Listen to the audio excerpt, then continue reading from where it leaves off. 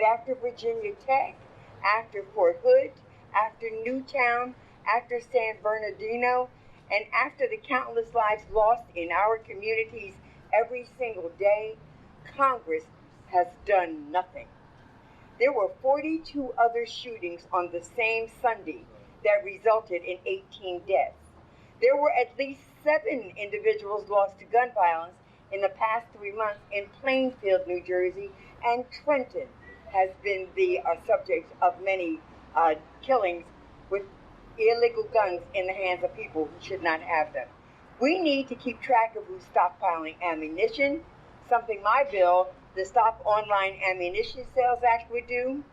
If you are on the no-fly list, then you shouldn't be able to buy a firearm, period.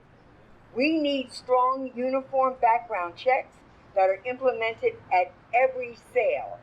And we need communities who've been devastated by gun violence to stand together and join with us as we push for change. There is no better time than right now, and we are blessed to have a number of people here who will speak to the impact of our lack of action in Congress on keeping our community safe. And with that, I'd like to yield first to our Congressman Frank Pallone. Thank you, Bonnie. I wanted to join with Bonnie today here in Trenton because I really believe that action is necessary. The reason that I'm here, though, is because, as Bonnie said, enough is enough. We had the Sandy Hook Elementary School situation, and I thought there was going to be action by Congress after that. Last Friday was a year from the incidents at the church in Charleston, South Carolina, and now we have Orlando, where 49 people are dead, the largest mass murder, if you will, in American history. When is it that this cycle of victims and this cycle of violence is going to end? When we had a moment of silence last week, as Bonnie knows, on the floor when we first came back last Tuesday, I guess it was, so many members were saying, here we go, we have another moment of silence. We respect the fact that we want to pray for the victims and their families.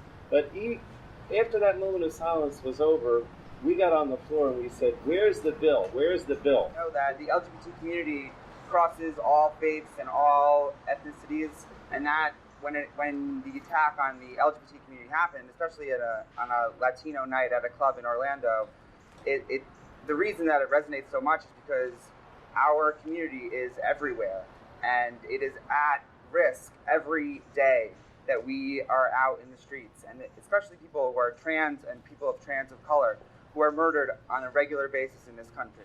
I am not going to quote neither from the Holy Book as a Torah or a New Testament or Quran, but I will give the meaning of the statement. By killing one soul in the eyes of God looks like killing the entire human being since Adam till the day of judgment. Is that the wide availability of ammunition clips that are large ammunition clips. That is one of the key things that makes things like Orlando possible. Of the 8 such high-profile mass shootings in the past year, starting with Charleston, 7 of the shooters used assault weapons. It is the weapon of choice for mass shooters. These weapons of war are designed to kill as many people as possible on the battlefield. It is outrageous and unconscionable that we allow these weapons in our civilian communities.